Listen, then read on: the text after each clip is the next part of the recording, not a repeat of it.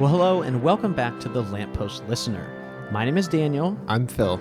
And this is a podcast where we journey chapter by chapter through C.S. Lewis's Chronicles of Narnia.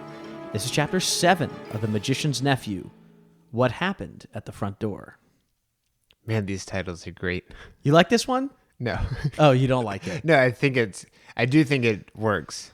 It's funny how it is just saying Telling you what you're going to find out. This is what is in this chapter. You know, what happened at the front door was really not a lot.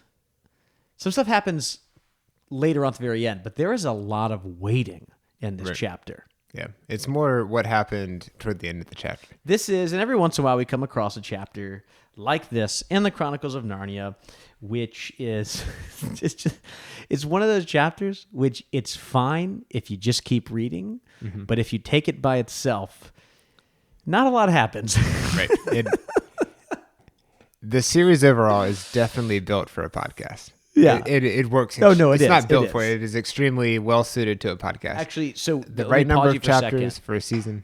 This is really important. That's the only reason why I'm interrupting you. There's the first level of these books, which is that they are really great fairy stories, really great, just fantasy children's literature. The second is this level are these supposals of some of biblical stories of God in this magical world of Jesus Christ as Aslan.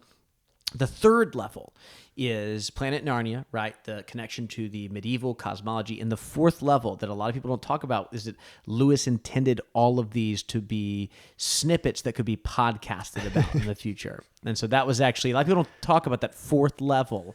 Michael Ward, give us a call if you want to write that book. Yeah. But we're working on the book right now. Yeah. Dante over here with all his levels. It's called Podcast Narnia. No. Michael Ward's going to sue us. Or become our friend. Yeah, maybe not. Maybe we'll hang out with us after 50-50. So, no, I'm not trying to be too negative here. It's a great chapter. Just there's not a ton happens in between the waiting. There's some big stuff up front, some big stuff at the end, and a lot of waiting. And some important things happen in that. But as far as action or even conversations go, a lot of this is just inside Diggory's head, except for maybe the first page and the last page. Right. So I have the chapter summary, so I'm going to go ahead and read it. It's actually relatively short. Surprise.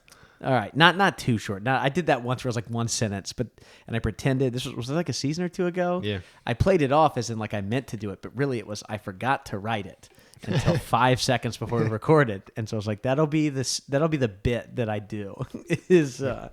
No, but I did prepare this one. So here we go. If anyone is in the market, I'm looking for a new podcasting partner. Yeah. You have fun editing all this by yourself then. Yeah. Also, I'll just change the password to Libsyn so you can't post anything. Don't tell them it's on Libsyn. What are they going to do about that? No, because our RSS feed says Libsyn. All right. RSS feed. You sound like you were born in the 90s. Wait, is that not what it's called? No, it is. It's just RSS is. I have no idea what that stands for. Okay, this is like your job. So don't you do that? You do computer language. It's something syndicate. No, that's real, the Illuminati. Real simple syndication. I bet that's. Oh, what really? It is. Yeah. And so, how does it work? Legitimately, I just pause for a second. Give me the quickest. How does our podcast is on a ton of different platforms that I never put it on. Okay. How does that work? It's 2005. Star Wars Episode 3 just came out, and you are publishing your latest Blogspot blog post. Sure. And your Blogspot has an RSS feed option, and someone can subscribe by grabbing that URL and putting it in their RSS reader. And then it will take all the things that you're subscribed to, similar to a podcast, and it'll all just be together. Oh, okay. Google used to have a really nice RSS reader. And one day they just killed it. Yeah. And got rid of it. Does anything use RSS beside? Because podcasts obviously still do. Mm-hmm. Anything else using something like that? You can still do blogs that way. Is that what Tumblr is? People talk about Tumblr. I feel like this makes me sound very old. It's similar to Tumblr, where you have a bunch of things that you follow, and then it all gets aggregated. It's very similar. Like Reddit? Is that I do know what Reddit is, obviously. Right. No, different thing. All these things are different ways of taking content from a bunch of different sources and putting them into a newsfeed. Okay, I am being a very stereotypical classical educator right now. I know technology really well until 2008, and then somehow I lost everything. No, I'm just kidding. So, all right, here's my chapter summary for Chapter 7, What Happened at the front door. The witch, followed by Uncle Andrew, terrorizes London while Diggory is bored waiting for them to return. He plans to touch Jadis while holding his ring to transport her back to the wood between the worlds. When she does return, she's standing on the roof of a carriage and causing a horrible commotion in the street. The horse pulling the carriage, named Strawberry, is becoming unmanageable, but this does not seem to bother the witch, who declares herself Empress. Yeah, I'm so curious how that part in particular is gonna go, especially in England. They already have a royalty established. Might be some conflict, but good summary. Now, remind me, back earlier in this chapter, not earlier in this book, I mean, did Lewis not tell us who was king at this point? Obviously, he's way before Queen Elizabeth, so I could have sworn he gave us the name. What are you going to type in? Just king? You're going to type in King. I thought he said King George, maybe like Georgian. Maybe is it Edward at this point? Well, the search so far has revealed all the times that the word looking or packing are in. What did you search? King. Oh, okay. Can you search king? As if it were a suffix. Well, again, we're still Narnia novices at heart, okay? So I don't remember who it was, and we don't know the exact year. Like I can easily look up, the different years. I think this is before King Edward, I believe, because he is. No, you know what? I think this would be Edward because he's like right at 1901, if memory serves me correctly. I know I could look it up, but I'm pretty sure King Edward is 1901. In which case, I think it would be safe to say that Edward is king over England at this point. Okay. So let's say that she's going around saying she's empress, and so maybe it's not quite as big of a threat. She's not saying she's king. That might have been taken as a little bit more of a threat back then, but she does end this chapter saying, "I'm Empress Jadis, whatever." Well, Phil, tell me a little bit about how this chapter starts. Well, it starts out in all caps. I did look it up. It's 1901. Sorry. Oh, nice. Yeah, I was right. It starts out in all caps. The witch is thundering, "Now, slave, how long am I to wait for my chariot?" Don't all the chapters start out with all caps?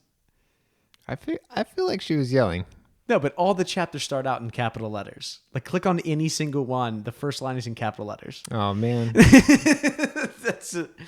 That's not the... I don't think Lewis regularly does that. I don't like when authors do. I remember... what are the books that does explain why she doesn't yell for my chariot? Yeah, it's just the first parts. I feel like J.K. Rowling used to do that all the time in Harry Potter. There'd be a lot of like capital letters yelling, which I don't like that, honestly. Yeah. I can figure out if someone's yelling or not. Yeah. But, teach their own. I don't like when one letter is really big as a stylistic choice. Okay. But then they make the rest of the letters really small. Sure. Because if the word is how, then, or even for this one, it would be now. You would have a giant N, and there would be ow, slave. That's a completely different meaning. All right. Well, let's talk about the beginning of this chapter, which is I'm stunned here, a little lost for words because of this exchange that takes place between Jadis and Aunt Letty, or Aunt Letty, if our accents bother you.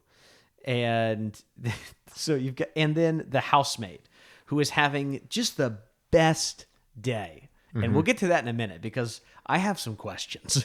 Phil, go ahead. Tell us, how does this conversation begin with Letty, Aunt Letty, and again, or Aunt Letty, if you don't like her accents. Jadis is there, and then the housekeeper as well as Andrew. And the housekeeper's having a great day, but we're gonna wait and hold that part of the conversation till later. Tell me what happens at first. Well, Aunt Letty is using icy tones. You say Aunt Letty? I do. I think I say aunt. Is it like a Southern thing? I say both. I think I say both sometimes too. Yeah, actually, it might even depend on how fancy I'm feeling. Which one is fan? I'm not even sure which one is fancier. I think aunt feels fancier. Aunt feels fancier than aunt. Yes. Or if you're trying to clarify that it's not an ant, the insect. Then you switch to aunt. Then you switch to aunt. If somehow the word A-N-T, aunt, is in that sentence, you probably should then switch and make sure you pronounce the other one aunt. Right. Fair. Or if you're trying to code switch and not sound as Southern sometimes, then... But see, I said it was a Southern thing, and I'm like, actually, is that? Because...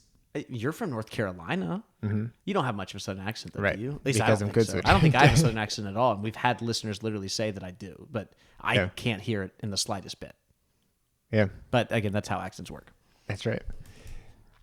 Aunt Letty's asking who this young person is, referring to the witch, and he just stammers something back about distinguished foreigner, and she cuts him off and says, "Rubbish! Get out of my house this moment, you shameless hussy." I don't even know if we can say that on this show, or I'll send for the police. And then she goes on. She thinks she's from the circus. She's really upset because Jadis is showing her bare arms. Now, is that legal in England? Do you have a right to bear arms? I highlighted this last part of the paragraph. I just was like, I feel like Phil's gonna make some kind of joke. I didn't know it was gonna be about like BEAR, like bear arms. You can be like, oh, like are they really hairy and strong or something like that, like a grizzly bear? Or are they gonna? I didn't actually think you were gonna go Second Amendment, so good for you. Yeah, thank you. You caught me off guard with that one. She's really upset about this, obviously. I get the idea that while she doesn't like the bare arm, she's probably more bothered just by this person yelling commands in her front doorway. And she even gets upset because Jadis says she's going to blast her. And Aunt Letty takes that as meaning the other blast, right? As meaning it almost like a curse word there and say, hey, you better watch your strong language in this house, right, young lady? Still coming on strong because she hasn't encountered what Jadis can do. Yeah. She finds out very quickly. Jadis tries to say a bunch of abracadabra-like words, trying to tear down maybe the walls of the building they're in, of their house, or their row house, excuse me, and nothing happens, to which Letty responds, this woman is drunk. She can't even speak clearly. She can't even speak clearly. She's saying all kinds of funny stuff, and it's at that moment, tell us what happens. Well, there's this interesting, she gets thrown across the room, but first, the witch deals with the fact that she doesn't have the same power. Mm-hmm. She's no longer hunched over and, collapsing from weakness, but she also doesn't have all of her magic that she had before. But she doesn't lose any of her strength, and she doesn't waste any more time, and she hurls Aunt Letty across the room.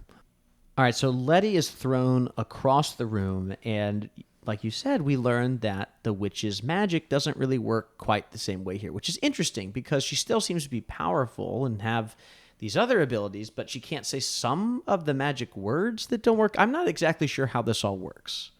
Maybe it's similar to the different universes in the multiverse where there's magic in some places and there's not in others. So she still has her strength. When is that a thing? Spider-Man 3. Spider-Man 3. What? The second Spider-Man 3. What? No Way Home. Okay, No Way Home. What do you mean magic? Right, that's exactly what they asked. Everybody's surprised that they have magic in that universe. Oh, because they don't have it in the other. But you could argue that they just don't know of it in the other universe. The point is that the magic just straight doesn't work here for her. Right. You could argue that, but we have no evidence That's of that. true. Okay, yeah, that's fine. We'll move on from that. We'll go back to this shot put throw that Aunt Letty is thrown across the room. And it's while she's thrown across the room, the housemaid says, oh, Miss Ketterly's hurt herself. And I'm going to be honest, I am baffled by what Lewis is doing here. I legitimately do not understand why every single time this housemaid is mentioned, I think it's 3 times, Lewis tells us that she's having a wonderful day. The first time we get it, maybe it's just twice. No, it's 3 times. The housemaid, the first time, who was having a beautifully exciting morning. The second time, Lewis says, the housemaid, who was really having a wonderful day. And the third time, he says, the housemaid, who had never had such a day before. And there's many times that I'm on this show and I have to admit that I don't know something. It's pretty regular. It's kind of our shtick here about being Narnia novices. But there's never been a time before that I have felt less out of the know. I do not get this. Is it a joke? Is it a bit? I don't know what he's doing. I think that he must have just read the Tom Bombadil chapter and thought, let's just throw in a character who's having a really good time and never explain it. Does it make sense to you? You're a funny guy. Do you got anything from this? I do think it adds to the overall ambiance of the scene, and it provides an interesting contrast where this maid is just she's having a very different experience because it's not directly affecting her. She's not hurtling people around, but she also just has a bunch of excitement. And she's also not getting thrown around. But see, the first time it makes sense. And if each time her day was getting worse and worse, you'd be like, oh, that's the bit. Like, that's why it's funny, because first she's having a wonderful day, then she sees Aunt Letty get thrown across the room, and she's having a worse day, and then maybe something, she gets pushed or something. Now she's having an awful day. But each time she's having a great day. Like, the second time, she's just noticed that Aunt Letty's been thrown across the room, but she's still having a wonderful day. I don't know. That feels a little like, hey, like maybe don't have such a great day when someone else is being physically hurt in front of you. And then the third time, she's being told to go call the police. And again, she's having just no other day like this before. Well, I'm curious what that one means. She's never had such a day before. It still feels positive to me. You don't think so? I think you're primed for that. Okay. Yeah. So I don't, there's many times we ask for listener feedback, but never before have I been so desperate. Can someone please, forget about Peter wiping a sword and me being confused about that 4 years ago, 5, 6 seasons ago, whatever it was. Mm-hmm. I need to know, does someone have a good explanation for this? Please, the Narnia podcast at gmail.com or 55555. I don't know what our phone number is. It's at the end of the sheet. I don't know what it is, but we'll say it at the end of the episode if you want to call in. Someone please tell me what is happening here. Yes. I'm also curious if the smelling salts, Sol Volatile, mm-hmm. are mentioned. I'm curious if that's going to be our next Turkish delight. We're going to do smelling salts on the show. Is that legal? Or is that like you just... Well, that was my other question. I thought, can I order this? And I'm pretty sure that if I looked it up, I would be able to find a way to order it. Is it like could you buy chloroform? I don't. Like, could you go to Amazon? Get you put on a list. I kind of want to do it right now, but I feel like that's only going to get us in trouble if I'm audibly searching for chloroform on the... It's also one of the things where, like, there's no way you Google that without the FBI knowing a little... Like, maybe they let you go, but they at least look in. They're like, what is that guy doing? Yeah. And they go, oh, no, he's a nerd. He's just looking up stuff from a Narnia book. He's fine. But they definitely check in. You know what I mean? I think chloroform is one of those things. Like, we've watched the TV show Community, and they do funny stuff with it, and we see it on TV, and I think you get desensitized to it. I think that would be a really dangerous substance to have in your house. It has to be controlled in some way. It says here, chloroform. So I guess the FBI is also listening too. So, hey, welcome, FBI. Thanks for listening to the show. You're welcome. We're doing your job for you with this nice microphone setup. It says the substance can be readily purchased at most chemical supply stores. So it looks like you can buy it in a lot of places. There's also just a lot of... What's a chemical supply store? I don't know what that is, but it seems like you can... There's a lot of links here that it seems like you can buy science... Walmart. That makes sense. Amazon and Walmart are like the third and fourth choices. Is it Walmart.com? Walmart.com? Yeah. It's Do they have in-store pickup? I have not clicked on the link to know. You think that's going to save you now? No. I don't want to. Look up smelling salts. I will. Type in Sol Volatile. This is one of the things. I know it's such a silly thing. And again, I have a Google Home in my house, so I'm not like... for someone who's like actually gets freaked out about this kind of stuff every once in a while, it's like, but I literally, my Google Home's right behind you. Like, it's listening to us right now. But there's a couple times like, oh, I don't want to search that. The government will know. It's kind of thing. And I think it's a little ridiculous. Can you buy smelling salts? It looks as if you can be, they're over the counter. Yeah. Over the counter thing. You can use it to bolster. I'm going to be honest. This is again a thing. I don't really know what smelling salts are used for. Like to wake you up. They just wake you up. It's like an evanescence thing. Is it like does that make it like a drug? No. Like medicine. No, obviously it's over the counter. It's not like it. illegal, but you just smell it. It wakes you up. Yeah. It's such a strong smell that it just kind of boom, it gets you. Yeah. Yeah. It looks like you can buy them at CVS, Walgreens and stuff. So, but I'm going to go ahead and say no. I know on the dancing lawn every once in a while we've had Turkish Delight. There's been other calls for maybe us doing other things. I'm going to go ahead and rule out smelling salts. Speaking of Turkish Delight, I have an update. You have an update I about had Turkish Delight. Recently made Turkish Delight. Not Turkish Delight that was shipped 6 months ago and then ordered on Amazon. I had actual Turkish Delight that was made at a Greek-style bakery type. They had... baklava and stuff. Where was this at? This was in Seattle. I had this Turkish Delight in Seattle. It's even further away from Turkey than we are on the East Coast. Is it? Actually, I don't know. Depends I'm on not which way sure. you go. Yeah, I actually don't know actually at that point if it's which one would be closer because they're both pretty far away. Send a globe to a P.O. box. Yeah. Are you? You think it's round? Oh gosh. We already covered this in. I think it's round like a plate is round. It's it's round in Narnia is what I meant.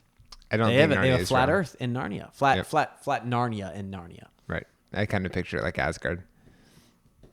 What is that? Like I mean from Thor, but when it no, I know what it is. Don't get me wrong. Oh, it's not a place. It's a people. It's how is it flat? It's Oh, it's like the underneath. Okay, I remember. I'm picturing it now. Yeah. Sorry. That was not fun podcasting there as I tried to figure that out in my brain. Let's get back to the book here. So Aunt Letty's thrown across. She gets the smelling salts. She wakes up. And from there, the housemaid, again, who's never had such a day before, goes to get the police. And it's at this point that the chapter comes to a screeching halt. That, like, literally, that's not me giving you my thoughts on it. Literally, all the there's action a screech. leaves. There's a screech as she leaves, and all the action stops. At this point, we spend the rest of the chapter in Diggory's head or learning about Polly, but with really no dialogue, no conversation, just hearing Diggory's thoughts and having Lewis comment, or at least the narrator comment on Diggory's thoughts. Tell me about this part here. Diggory goes through all his options, and I'm curious if you do this. I do this all the time. I don't say it out loud as much as Diggory appears to do here because a lot of this stuff is in quote marks. Well, I guess that's when he's thinking too. Anyway, he's thinking through. Okay, we could both slip on our rings in this way, and we could make sure that we take the witch back. And he also even calculates how much money he has. He only has 2 pence. Which is how much? How many pennies is that? I don't think it works like that, especially with inflation over the last. Well, what's the conversion rate? Yeah. And he's thinking about buses and trams. He's also curious, how is he even going to locate the witch? And he's wondering how Polly's doing. He wants to. I think he's missing her. I think they've become better friends now. They've worked a few things out. They're probably still going to have conflicts, but they have made that first big step. And even if it's still, if there is still lots of conflict, like you mentioned, it's way easier to do this with someone else than just by yourself. And he's very much feeling the isolation of the witch is gone. Aunt Letty's recovering. His mother's sick downstairs. And Polly is gone. So he's really all by himself at this point. This is the first time he's been by himself. Well, really the entire book so far. Right. And it's interesting to have this pause and to hear his thoughts, but it's also interesting what Polly's doing. First of all, it's hilarious that her shoes and stockings are still wet, which... Why would they be wet? Well, did she bring magical water from another land? Can you do that? Is that legal? I think so. I would assume, yeah. I mean, because they could... Anything touch... Think about this, all right? The way the ring works, and this comes into Diggory's plan later, it's like a magnet. Everything the ring touches. You're hilarious. I make it sound like I dislike you, but I appreciate these things. I really do. Diggory's plan is I'm going to hold the ring in my hand when I touch the witch. I'll then touch the ring, and because I'm touching her, she'll go with me out of this world back into the wood between worlds, right? So if we think of it that way, if Polly's in the water is touching her, so the water that's touching her socks would then actually, it would go with her. So this makes sense. It does. Okay. Yeah, it seems like a bad idea to bring that water. I don't think she could help it. Well, she could have waited. I think I just socks forgotten so far that like the vast majority of this book, Diggory and Polly have been walking around with just wet socks, which is right now Diggory's. Unless he went upstairs at some point, but it doesn't sound like he did because he wants to watch the front door.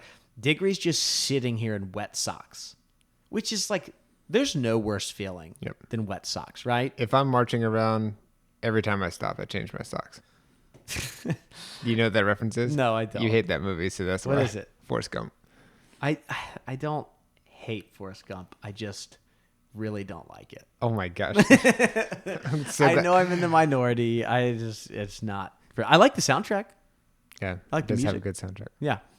How did they get that leaf to do that feather? That's the name of the main theme. Is it a leaf or a feather? It's called it's not Leaf on the Wind. That's Firefly. But the Forrest Gump song is something like something leaf or I don't remember what it's called. It's Alan Silvestri. I know that. He's the guy who did it. It's a very recognizable song. Yeah, it's really great. I've had it come up on like soundtrack playlists. Yeah, I like that. I really don't strongly dislike Forrest Gump. It's just one of those movies that like it's always on, and that bothers me. That's the only reason. Like you should turn the TV off. And I mean like growing up. We don't cable anymore, so it's whatever. But I just felt like it was always on, and I've just seen it so many times. It probably has been like 10 years since I've seen it. My cousin had a roommate who had a rule that every time it was on TV, you put the remote down and you watched it until the end. And he said, well, what if I have class? He said, doesn't matter. And man, we asked him a bunch of trivia questions. He knew every single answer. Interesting. It's my wife's favorite movie. She adores it. Oh, wow. Yeah. So, I'm not actually mad that people, I don't hate on my wife's favorite movie or anything like that. Now I feel really guilty. Well, speaking of feeling guilty. Sure.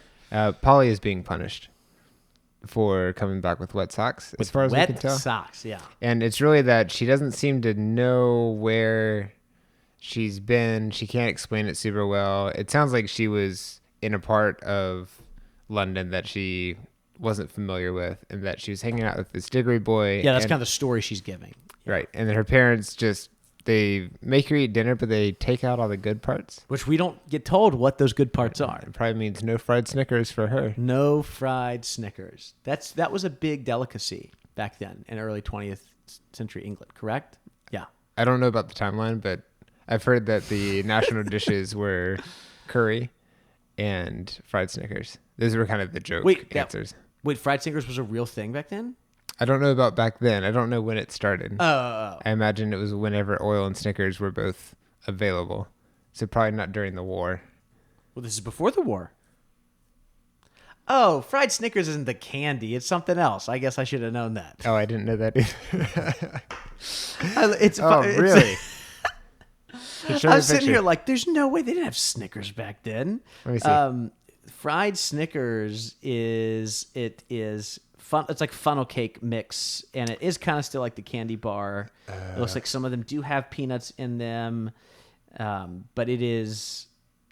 And some people do make them with actual Snickers bars, but like the traditional recipe is not always the actual bar itself. Okay. Well, she didn't. It's more like the ingredients in a Snickers bar, like the peanut butter. I mean, the peanuts, the caramel. All that kind of stuff. Yeah. Okay. Well, that's not too far. Yeah. No, you're close, but it's like I thought you were making a joke of like actual fried Snickers, which you could do. Yeah. I just didn't imagine Polly doing that. Right. Yeah. I was thinking you take it out of the wrapper and put it in oil, but that makes more sense. Mm-hmm. All right. So she's grounded in her room. Right. And it says that this being given dinner with all the knife parts, the nice parts left out, and like, no knives. Eat it like you have to use the edge of your fork and kind of push it down. I like. I'm a big fork cutter. Like I will squeeze. No one can see me doing the movement, but I saw you do it, like using the side of your fork to cut something open. Yeah, I even sharpen mine. Is that bad?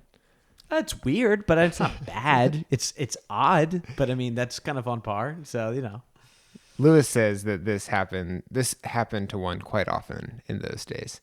And I wonder if this happened to him. I know. I love that. A lot. And I think that's what he intends, of course. So then he goes on. Time is moving so slowly for both of them. And this is where Diggory overhears Aunt Letty talking to her sister. And her sister is Diggory's mother, who's very sick. And she goes in, she's bringing some grapes to Diggory's mother, and Diggory can't help but hear her say this. She says, I'm sure if anything could do her good, these would. But I'm going to say this very slowly just so we can hear it. But poor, dear little Mabel, I'm afraid it would need fruit from the land of youth to help her now. Nothing in this world will do much.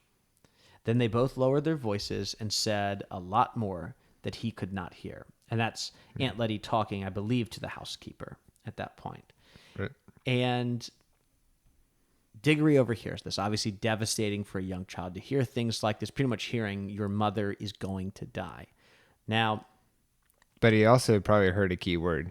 And I want to get to that key word in a minute. Okay. The idea of this world. But I want to first talk about how autobiographical this is for Lewis. I mean, we're aware that Lewis's mother died when he was probably about the same age as Diggory. And I actually wanted to go to his book, Surprised by Joy, right? The autobiographical story of his childhood before his conversion. And I wanted to read, in Lewis's own words, him describing what this was like for him to be living at a time when his mother was sick in their house. And this is a little bit long of a section. It's about a paragraph and a half, but I really want Lewis's words to speak for himself here. And as we hear this, I think knowing that this is the same author that's writing Diggory's character, we can really see how Lewis is pouring his experience, right? His past, his grief into Diggory in this chapter. So here's Lewis in Surprised by Joy. I cannot be absolutely sure whether the things I have just been speaking of happened before or after the great loss which befell our family and to which I must now turn. There came a night when I was ill and crying, both with headache and toothache, and distressed because my mother did not come to me. That was because she was ill too. And what was odd was that there were several doctors in her room, and voices, and comings and goings all over the house, and doors shutting and opening. It seemed to last for hours. And then my father, in tears, came into my room and began to try to convey to my terrified mind things it had never conceived before. It was in fact cancer and followed the usual course.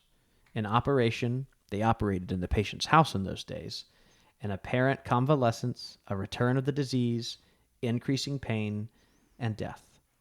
My father never fully recovered from this loss. Children suffer not, I think, less than their elders, but differently. For us boys, the real bereavement had happened before our mother died. We lost her gradually as she was gradually withdrawn from our life into the hands of nurses in delirium and morphia. And as our whole existence changed into something alien and menacing, as the house became full of strange smells and midnight noises and sinister whispered conversations.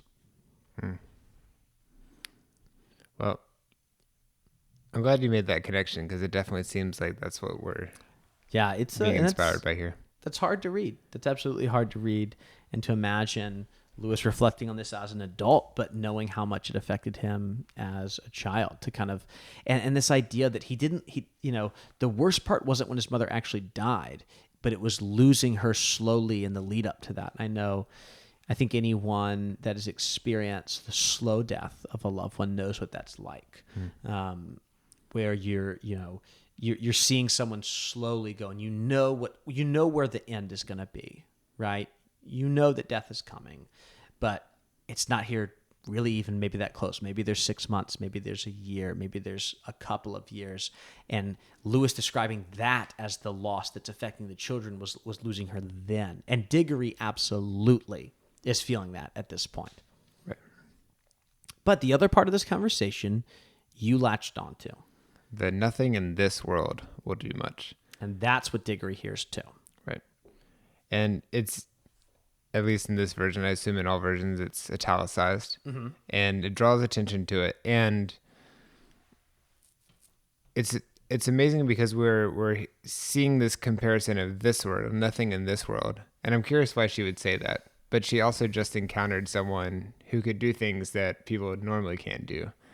And just I think even Uncle Andrew couldn't hurl Aunt Letty across the... I mean, he seems pretty scrawny. I don't know what he can especially do. compared to Jadis. So I'm wondering if she sees that opportunity, but is just mentioning it offhand. Obviously, it's going to advance the plot. Yeah. Because we established that there is another world, and there's probably a connection there. And that's exactly what Diggory thinks about as well, too. Well, he can't think for too long because then the witch returns. And I actually chose to read this paragraph here, but since I just read, do you want to read this one instead? Sure. All right. So she returns, and this is what Diggory sees. First came the hansom. There was no one in the driver's seat. on the roof, not sitting, but standing on the roof, swaying with superb balance as it came at full speed round the corner with one wheel in the air, was Jadis, the queen of queens and the terror of Sharn. Her teeth were bared, her eyes shone like fire, and her long hair streamed out behind her like a comet's tail. She was flogging the horse without mercy.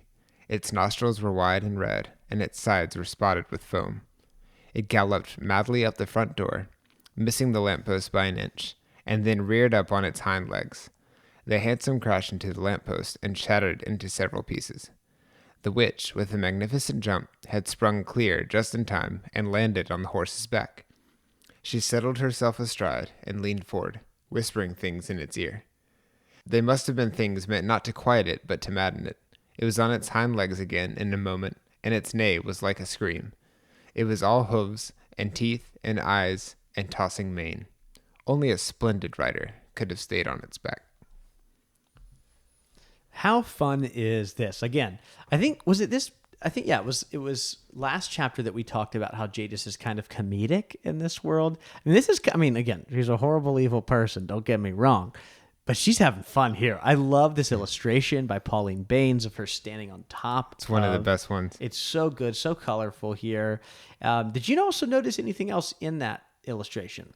Well, there's a lamppost, but there's also a little tiny dog. There's a lamppost, a little tiny dog, and we'll stop right there with that for now. But I just wanted to know if you had noticed that. But this is just hilarious, right? This is so funny, the way that she's making such a commotion. And we're not going to get into all of it here unless there's parts that you wanted to specifically pull out.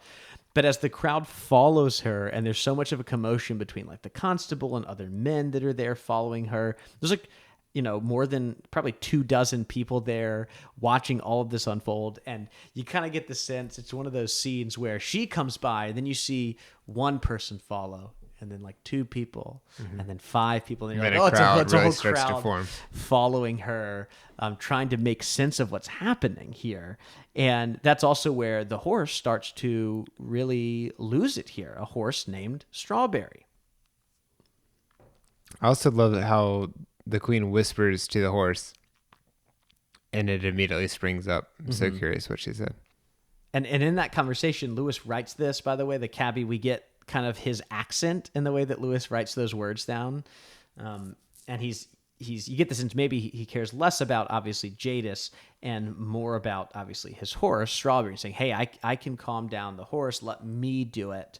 But the other question here that I have for you, Phil, is, are these people following Jadis because they are infatuated with her? It seems to be only men, and that could be more about the time period that we're in, or it could be this infatuation that maybe like similar to what Uncle Andrew has, or is it she's wreaking havoc and these people are chasing her to try to stop her? I find it kind of unclear.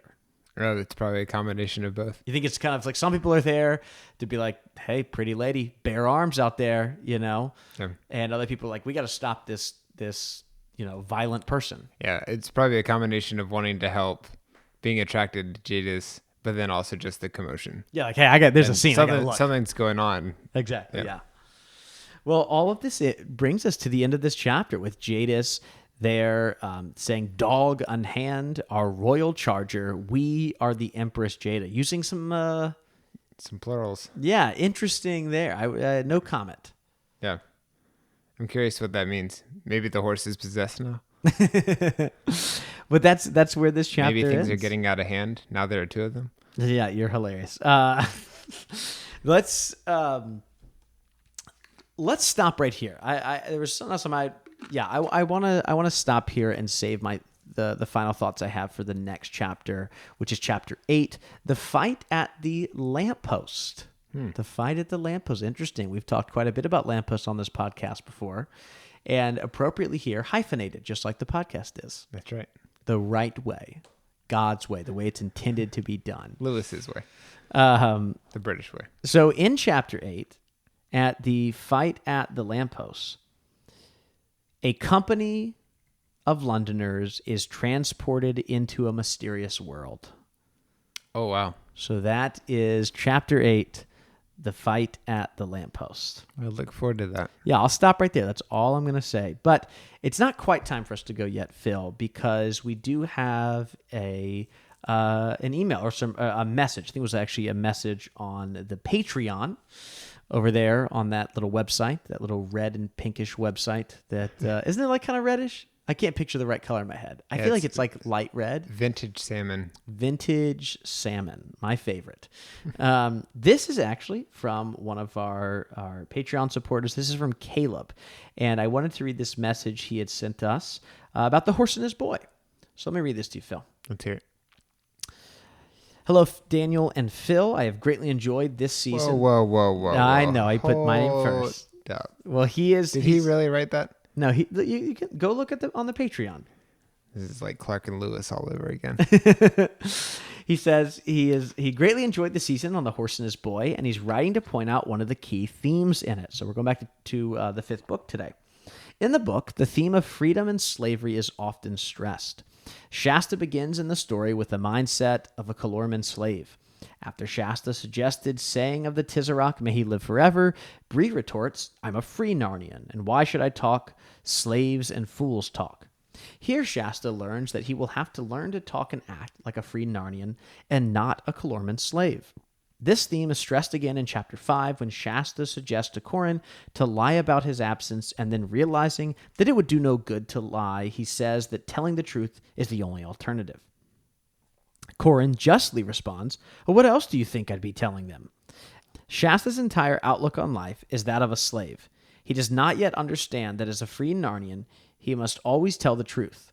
Throughout the book, Shasta matures from a slave to sin and a slave to Arshis to a free Narnian who serves the great lion with humility and courage. The progression is glaringly clear near the end of the book when Shasta risked his life by charging a roaring lion for the sake of Ervis. The freedom which Shasta knows in Narnia mirrors the freedom which all Christians will know in the New Jerusalem. I discovered this theme in The Horse and His Boy, in the excellent book, The World According to Narnia by Jonathan Rogers. Thank you for the great podcast. Further up and further in, Caleb.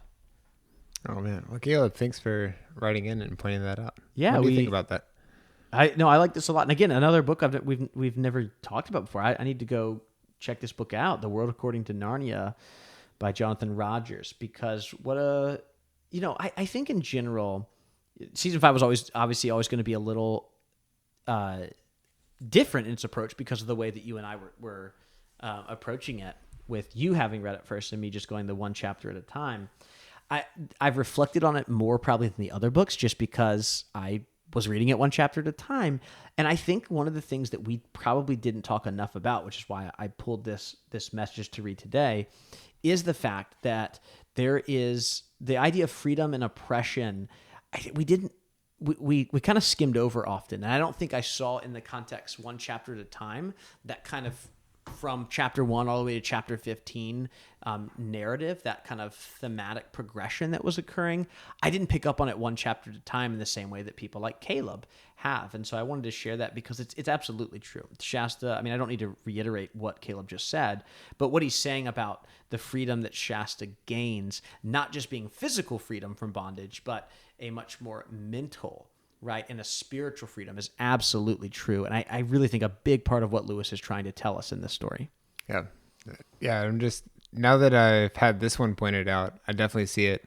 I'm surprised that I didn't see it as much before, and I'm curious how we could apply this to other characters. I think that it's not as obvious as, the metaphor of a slave, as, Shasta was actually a slave. But I think that Edmund was definitely being held back by the way he was. And then he experienced this freedom. Yeah. And then we also saw this with Eustace. And it was, a little more obvious with he was actually undragoned. But it's cool to see that, like, once they are free in that way, it does, it parallels the kind of conversion story that a lot of people have. Yeah, and even in The Horse and His Boy, we see that with our main characters, where obviously we just talked about Shasta. Bree also, I mean, Bree says he's a free Narnian there, but like Bree was also a slave as a horse, right? Like, and then Erebus, while not physically a slave, she's really a slave to her culture at that point, a culture that really is pretty depraved, right?